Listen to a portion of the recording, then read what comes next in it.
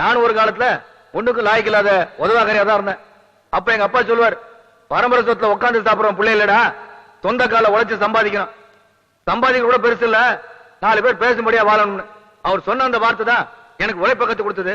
அவர் சொன்ன அந்த வார்த்தை தான் என்ன முன்னேற தூண்டுச்சு. ஐயா தோர நீ பல்லாண்டு வாழ்க ஐயா தோர.